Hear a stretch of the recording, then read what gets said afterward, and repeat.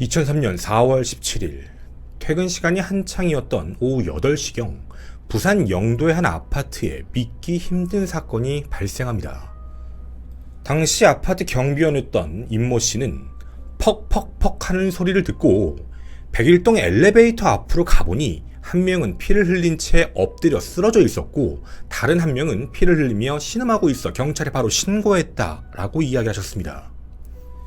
신고를 받고 출동한 경찰은 경악했습니다. 피를 흘린 채 쓰러진 두 사람, 한눈에 보더라도 총상이었습니다. 현장엔 소음기가 달린 권총 2정과 탄피 약 14발 정도까지도 확보할 수 있었죠. 대한민국에서 소음기까지 달린 권총으로 사람을 공격했다. 쉽게 상상할 수 없는 일이었습니다. 하지만 현장을 찍고 있던 CCTV는 그 상상이 곧 현실임을 알려주었습니다. 오후 8시 6분경 아파트 101동으로 들어오는 검은 옷 차림의 남성과 뒤따르던 남성. 그런데 뒤따르고 있던 남성이 이내 갑자기 쓰러지며 그 뒤로 괴한의 모습이 보입니다. 괴한은 흰색 마스크, 검색 벙거지 모자를 착용해 자신의 신원을 철저히 가린 채 소음기가 달린 총구를 앞서서 남성의 머리를 향해 가져다 대곤 무려 5발을 발사합니다. 불과 몇 초 사이에 벌어진 총격 살인이었죠. 괴한은 타고 온 승용차까지 버려둔 채 유유히 그 현장을 달아났습니다. 대한민국에서 발생했다 믿기 어려운 킬러 살인 사건은 벌써 21년째 장기 미제 사건입니다. 토요 사건 팩트, 부산 영도 마피아 킬러 미제 사건의 전말편입니다. 안녕하십니까. 전국 유튜브 독자 여러분, 아프리카TV 시청자 여러분, 김원입니다. 부산 영도의 한 아파트에 나타난 킬러. 우선 경찰은 피해자의 신원부터 확인을 했습니다. 최초 공격을 당한 남성, 뒤쪽에 있었던 남성이었죠. 그는 당시 나이 39세, 러시아 국적의 안드레이 비치라는 사람이었습니다. 그리고 피해자를 따라 집으로 향하던 도중 뒤에서 괴한에게 허리 2발, 복부 1발, 총 3발의 총상을 당했지요. 위독한 상태로 병원에서 긴급수술을 받은 후 간신히 목숨은 건졌습니다. 또 한 명의 피해자는 승강기 앞에서 사망한 채 발견된 54세 러시아 국적 이름 바실리였습니다. 머리 부분에 집중적으로 공격을 당해 현장에서 즉사를 했지요. 이들이 당시 향하던 곳은 101동 902호 러시아 수산물 수출입 회사의 소속 직원들의 숙소였습니다. 그럼 또 다른 흔적은 없었을까요? 범인은 분명 자신의 얼굴을 가린 채 도주했습니다. 대한민국 영도에서 러시아 사람 2명이 킬러에게 살해를 당했다. 그리고 킬러가 남긴 흔적 또 하나, 바로 총이었습니다. 이 총기를 자세히 확인해본 결과 첫 번째 총은 사제품이 아니라 정품이었습니다. 러시아제 7.62구경 바이칼 권총 한정과 그리고 사제 권총 한정으로 확인됐죠. 바이칼 권총은 살상력이 매우 강해 러시아 군인들이 사용하다가 그 연방이 붕괴된 이후 마피아나 외항 선원들을 통해 해외 쪽으로 급속하게 유출된 총이었습니다.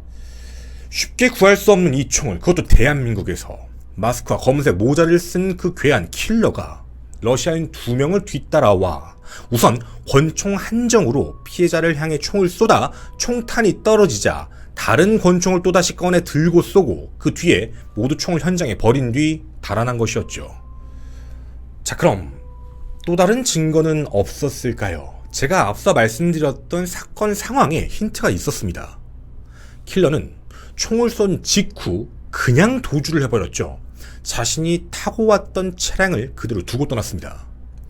사건 현장까지 타고 온 것으로 추정되는 승용차는 사건 발생 전이었던 9일 렌터카 업체에서 빌린 것으로 확인이 되는데요. 나이 26세, 이름은 알렉산더 콘스탄틴. 조사 결과 약 23일까지 사용하기로 하고 그 금액을 70만 원을 지불한 것으로 확인이 됩니다. 부산 초량동의 한 렌터카 업체에서 빌렸죠. 자, 분명 렌터카를 빌리게 되면 자신의 신분인 여권을 보여주면서 거래를 했을 겁니다. 헌데 그 복사된 여권을 조회해본 결과 알렉산더 콘스탄틴, 이거 가짜 여권이었습니다.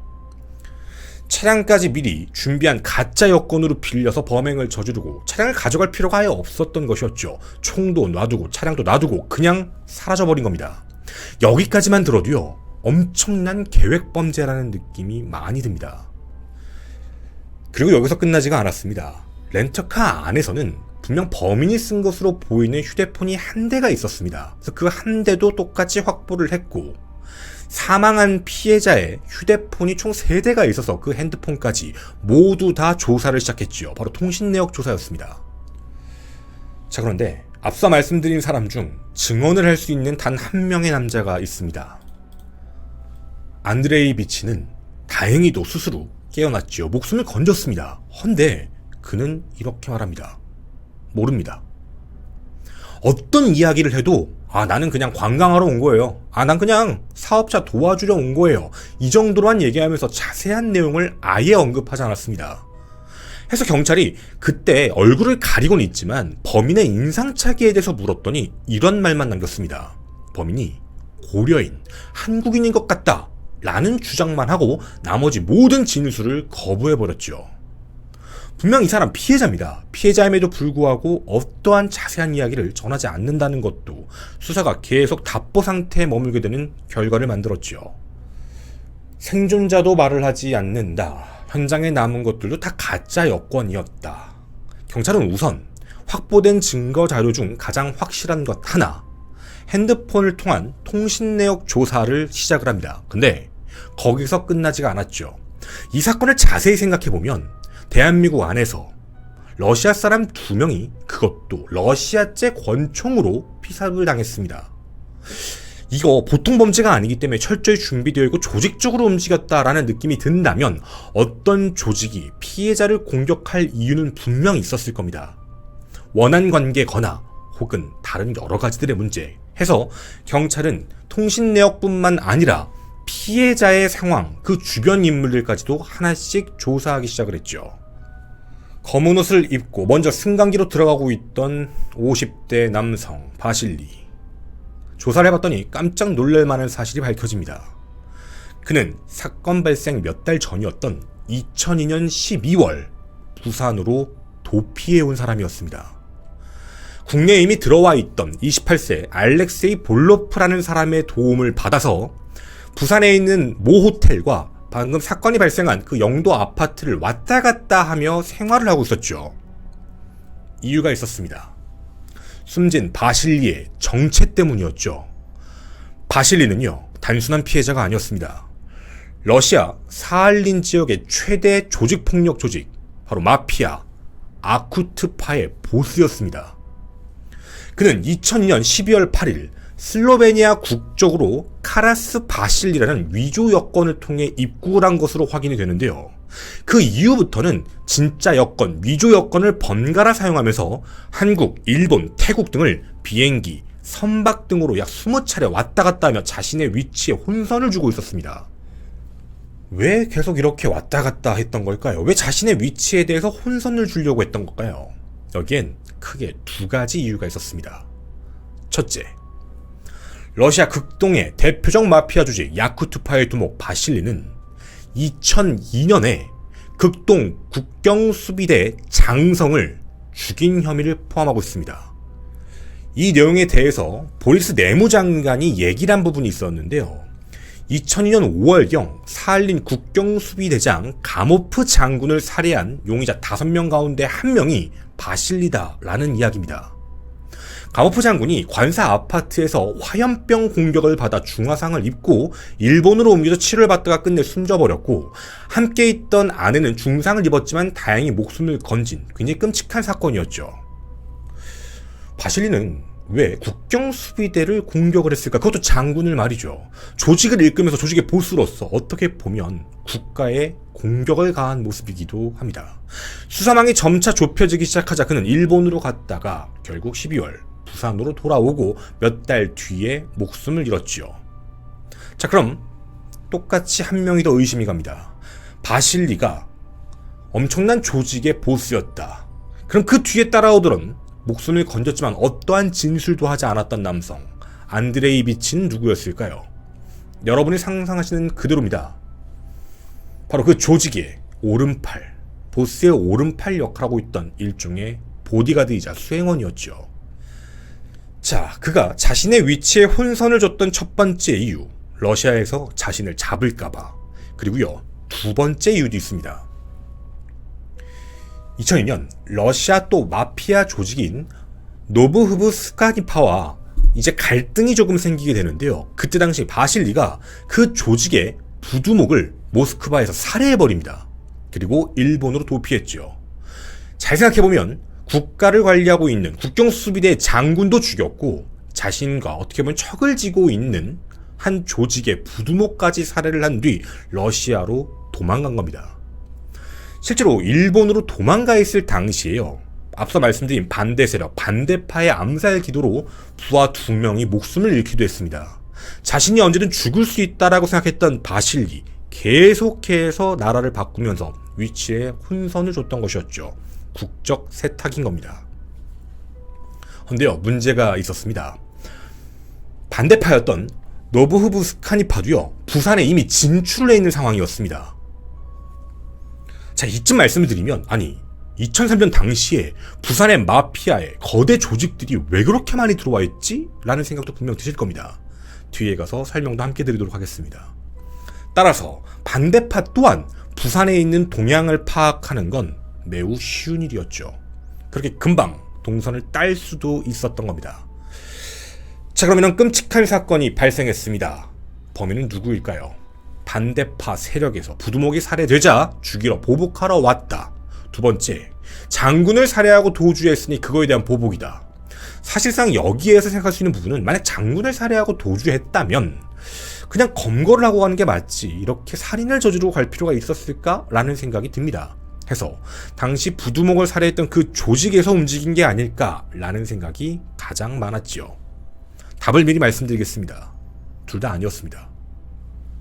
자, 그럼 우리는 한 가지 생각을 해봐야 될 게 있습니다.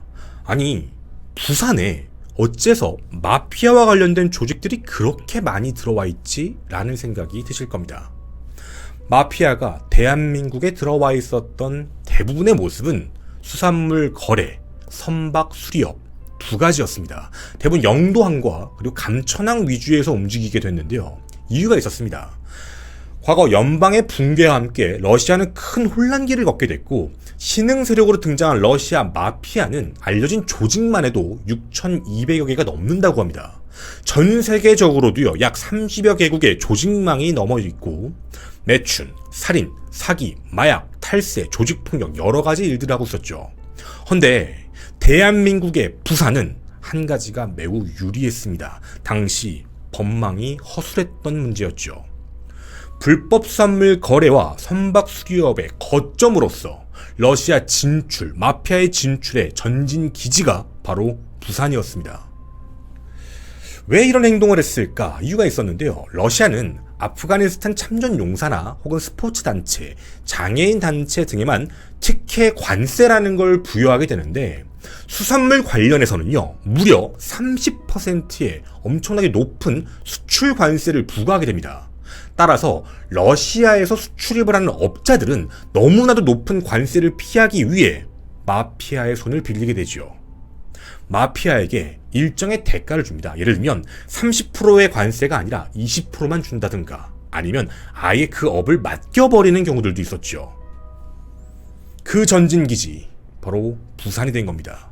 러시아 수입산 수산물과 관련된 부분이었죠. 마피아들은 그 높은 수출 관세를 피해 불법으로 수출되고 있는 모든 수산물의 거래를 알선했습니다. 여러 가지 시장이 있었지만 그중 하나가 대한민국 부산이었죠.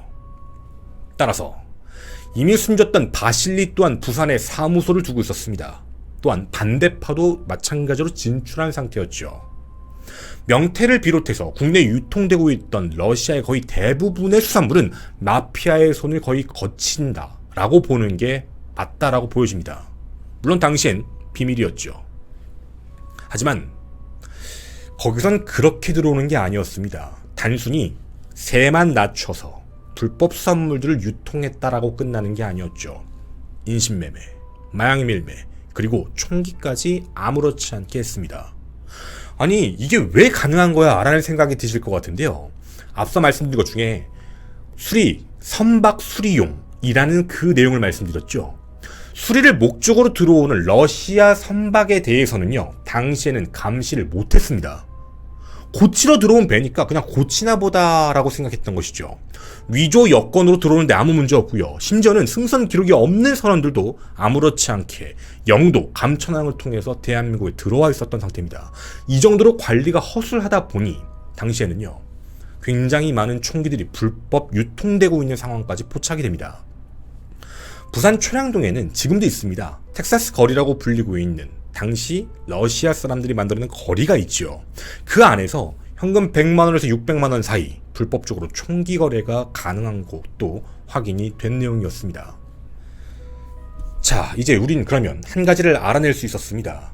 아무런 정보가 없다고 생각을 했지만 피해자인 바실리 쪽에 대한 내용들을 확인해 보니 그는 이미 2건의 살인, 하나는 장성, 하나는 조직의 부두목이었죠. 그리고 이미 도주를 하고 있다가 부산에서 살해를 당했다. 분명 원한 관계가 있을 수밖에 없는 상황이었습니다. 마피아의 한 조직, 앞서 말씀드린 그 조직이 공격한 게 아닐까라는 의혹이 가장 큰 상태로 바실리를 중심으로 해서 차근차근 그 원한 관계에 대해서 파악을 해보고 있었죠. 그런데요, 안 나옵니다. 앞서 말씀드렸던 반대파라고 불린 그 조직과 접점, 아무것도 안 나오는 것이죠. 그들이 도리어 바실리가 어디에 있구나 라고 확인해서 따라다녔거나 이런 모든 흔적들조차 없습니다. 완벽하게 숨어서 움직일 수 있는 상황은 아니었는데 말이죠. 자, 그럼 다른 사람들이 있었던 게 아닐까? 바실리는 한국에 들어왔을 때 어떻게 생활을 했을까요? 바실리는 당시에 한국에 일종의 바지 사장을 세워놨습니다. 이름 알렉세이라는 남성이었죠. 알렉세이가 앞서 말씀드린 아파트까지 구입을 했고요. 12월에 들어온 바실리와 함께 생활을 한 공간이기도 합니다. 부산에 머물면서도 바실리는 그 불법 수산물, 수출입건에 대해서 그리고 선박 수기와 관련된 문제에 대해서 전부 관여를 했는데 알렉세이가 나가서 모든 내용을 확보하고 최종적인 보고는 바실리에게 했지요. 감춰진 제왕이었습니다. 그렇게 일들을 하나씩 처리하고 있었다라는 게 이들의 관계였죠. 다수의 러시아인들이 개입되어 있는 사건, 그리고 사건 현장에 포착됐던 이 범인이 진짜 수행원이었던 안드레이비치의 말처럼 고려인, 한국인일지 아니면 똑같이 러시아 사람일지 어떤 것도 알 수는 없었습니다. 그런데 증거가 하나씩 나타납니다. 일단 첫 번째, 앞서 말씀드린 렌터카 조사 과정에서요, 모두 4차례에 걸쳐 사건 발생 전후로 부산 동구 초량동 그 텍사스 거리의 모 주차장에 주차된 사실을 확인했고요. 그 와중에 주차 문제 때문에 러시아인 2명과 주차장 업주가 시비를 붙은 사실을 알게 됐습니다. 그런데 그 차량을 빌려갔던 러시아인과 초량동 텍사스 거리에서 시비가 붙었던, 주차장 업주와 시비가 붙었던 러시아인 2명의 인상착의가 아예 다르다는 겁니다. 그러면 3명입니다. 차량을 빌린 사람 1명, 그리고 그 차량을 몰고 다니다가 주차장 업주와 시비가 붙었던 러시아인 2명, 그러면 3명이죠. 그리고 또 하나 확인됩니다. 현장에서 발견된 핸드폰은 13일 부산 동구 초량동 텍사스 거리가 있는 곳이죠. 한 통신업체 대리점에서 신원 미상의 러시아인이 대포폰으로 구입한 것도 확인이 됐고요. 통화 내역 또한 다른 대포폰하고 통화한 것도 확인이 됩니다. 또 다른 대포폰 2대도 초량동 외국인 거리의 환전소랑 모 상해에서 30-40대의 다부진 체격의 러시아인이 선불제로 결제했다는 사실도 알게 됩니다. 한두 명이 아니었다라는 것이죠. 또 하나, 사건 발생 당일 오전 11시에 러시아 사람 2-3명이 사건 현장 아파트 101동 주변을 돌다가 경비원에게 무언가를 묻고 갔다라는 겁니다. 자, 이건 분명 한두 명이 아니라 분명 범인도 러시아계입니다. 누가 보더라도 조직원일 가능성이 높지요. 체계적으로 준비를 했다라는 게 보이는 겁니다. 그런데요, 4월 25일 검거 기사가 뜨게 됩니다. 부산지방경찰청의 수사본부는요, 바실리를 살해했던 용의자 34세 한 남성을 검거했다라고 밝힙니다. 또한 서울 마포에서 이미 동행했던 또 다른 러시아 여성 27세 여성 또한 부산으로 데려와 참고인 자격으로 조사 중이다 라고 밝혔습니다.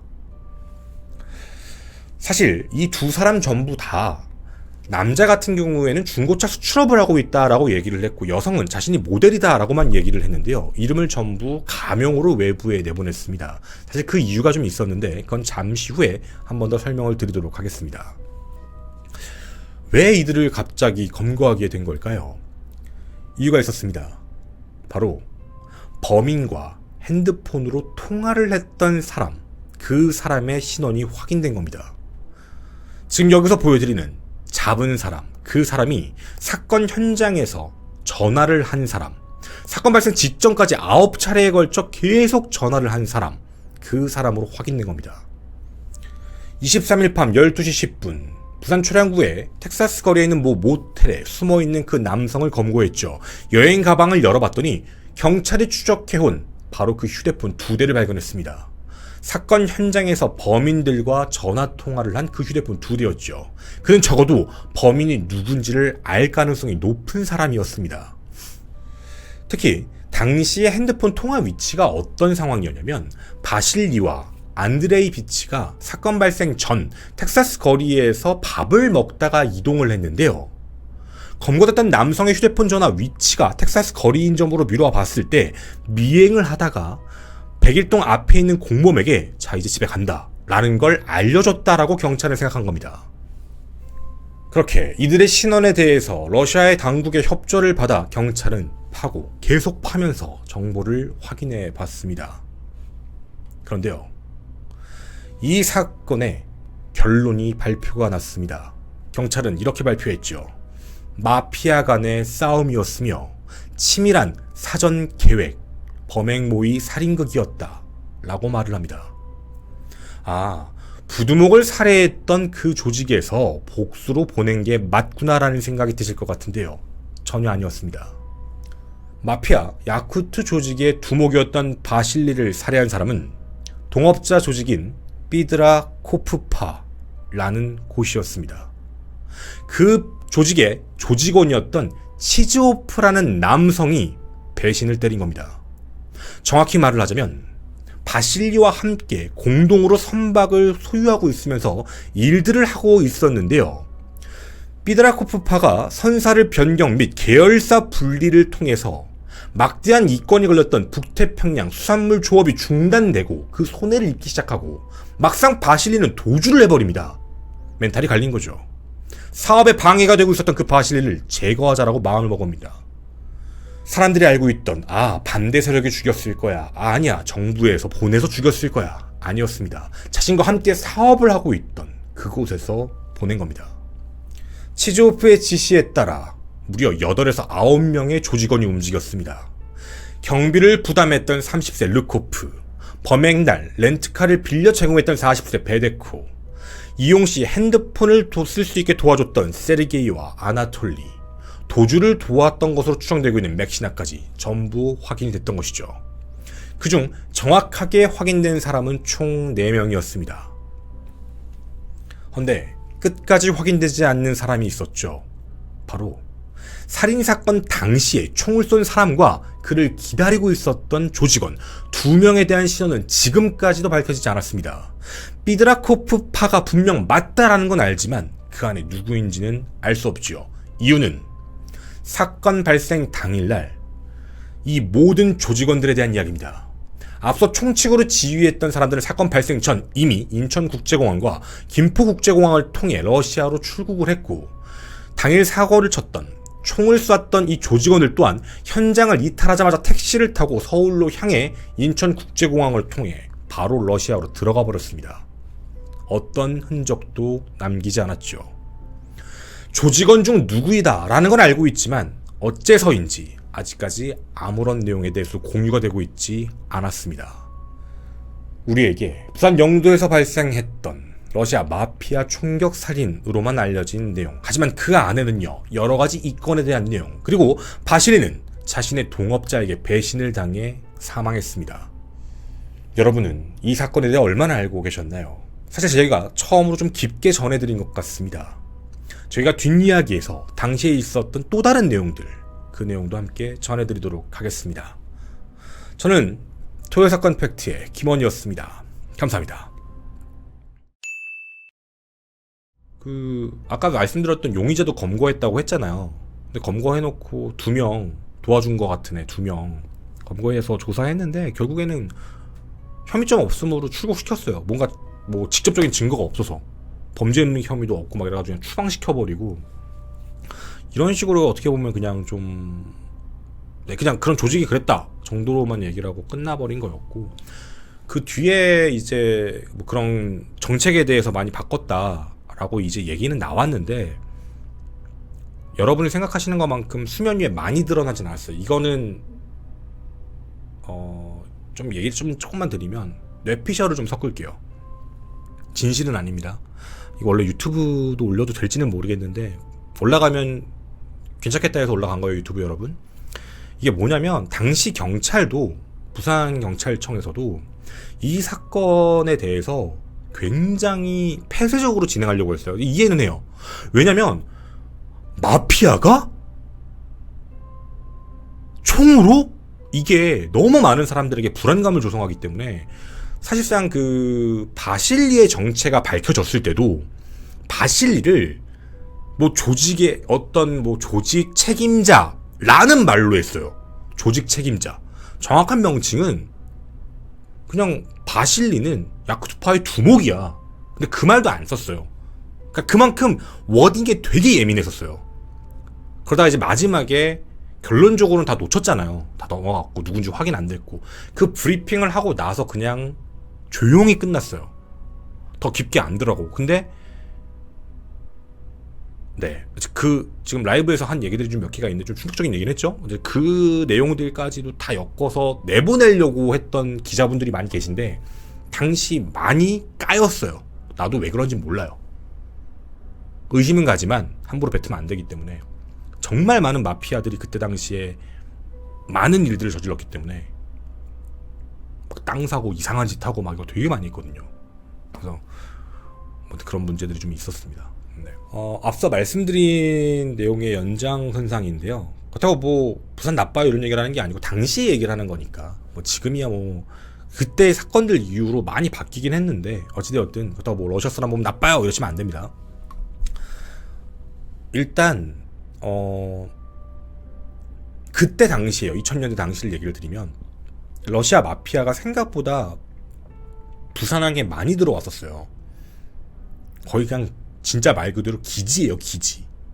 수산물, 선박 수리업, 뭐 여러 가지로 들어오고 막 페이퍼 컴퍼니 써가지고 수산물 유통하는 듯이 해서 돈 써가지고 자금 세탁하고 이래요. 근데 이게 진짜 규모가 어느 정도였냐면, 그러니까 수리로 들어오니까, 선박 수리로 들어와서 제대로 조사를 안 하니까 막 거기에 뭐 약부터 시작해서 별의별 게 다 들어오는 거예요. 뭐 불법 체류자에 뭐 다 가짜 위조 여권에다가 뭐 불법 체류자에다가 난리가 난 거죠. 근데 이 안에서 발생했던 여러 가지도 내용들 중에 2002년이었는데요. 그때 당시에 부산 해운대에 진짜 유명한 러시아 마피아가 있었어요. 이름이 허세르게이라는 사람이에요. 그러니까 한국 러시아계인 것 같아요. 한국계 러시아계 뭐 어떻게 그 부부인데 회장 사장 해가지고 이 둘이 우리가 알고 있는 해운대 그 노다지 땅 있죠. 거기 있는 땅들을 계속해서 사요. 근데 이들이 앞서 말씀드린 거랑 똑같아요. 불법 수산물과 관련된 걸로 돈을 계속 벌었는데, 우리나라에서 땅을 사려면 자금이 들어와야 되잖아요. 근데 다 불법 자금이잖아. 이거를 홍콩의 페이퍼 컴퍼니를 통해 가지고 한국으로 그대로 쏜 거예요. 마치 뭐 수입 수출 이런 것처럼. 그래서 그 수익이 범죄 수익이 그대로 들어오고요.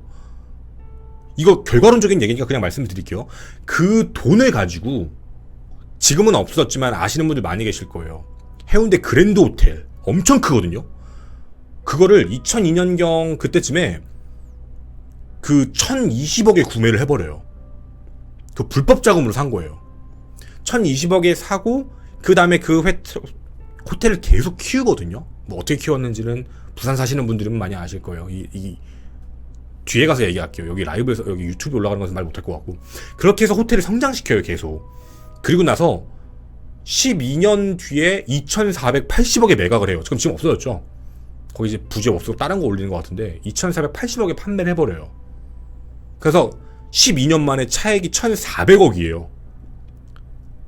불법 자금 갖고 들어와가지고 마피아가. 근데 이것만 있는 게 아니잖아. 다른 땅을 다 샀다고. 지금 부산 다 개발 중이거든요. 요즘에 부산 와보시는 분들은 어떤 느낌이실 거냐면 그 부산 군함로라고 있잖아요.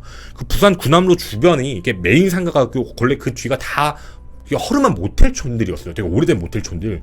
거기 싹 밀어졌거든요, 지금. 거기 다 막 오피스텔 들어오고 호텔 들어오고 지금 난리예요, 거기. 그러니까 그런 땅들을 다 사놨어요, 마피아들이. 그래서 그런 걸 가지고 지금 자금 어마어마하겠죠. 근데 이 허세르게이도요. 앞서 말씀드렸던 바실리처럼 러시아 극동에 있는 그 조그만 항구 지역에서 밀수했던 사람이에요. 근데 그런 식으로 해다가 러시아에서 수배받았거든요. 근데 러시아에서 튄 다음에 물론 이것도 좀 딥하게 얘기하면 우리나라 귀화 시험을 봤어. 근데 그것도 다 돈으로 찔러가지고 그 귀화 시험 있잖아요. 국가자격시험 귀화 시험. 그 시험지 미리 빼돌려가지고 그거 해서 귀화되고 뭐 이런 식의 시스템이에요. 뭐 지금도 부산에 살고 있는지 잘 모르겠어요.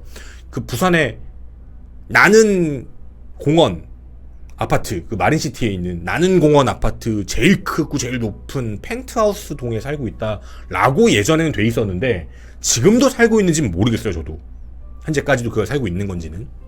어찌되었든 그 러시아 마피아들이 어느 정도의 행동을 했는지에 대한 부분은 그냥 쉽게 지나갈 수 있는 문제는 아니었던 거예요, 그 시기에. 근데 이게 생각보다 많이 우리한테 안 알려져 있더라고요, 내용들 자체가. 근데 그때 당시에 우리나라는 확실히 뚫려 있었어요, 그 시기에. 그때 이후에 많이 보완을 한 걸로 알고 있는 거고. 무서운 사실은 그때 당시에 불법 총기가 유통이 됐다고 전 알고 있거든요. 굉장히 자주, 많이. 그게 다 회수가 됐을까는 지금도 의문이에요. 우리나라는 총기허가 국가가 아니잖아요. 총기를 하더라도 신고하고 경찰서에 관리를 받게 돼 있는데 과연 그 유통됐던 것들이 과연 어디에 있을까라는 궁금증도 있어요, 사실. 그래서 이런 내용이고요. 라이브 유튜브에서 말씀 못 드려요. 이거 얘기했다가는 100% 문제 생겨서 저희가 뒤에 나머지 얘기는 좀 이제 이거 끄고 말씀드릴게요. 유튜브 분들 미안해요. 감사합니다.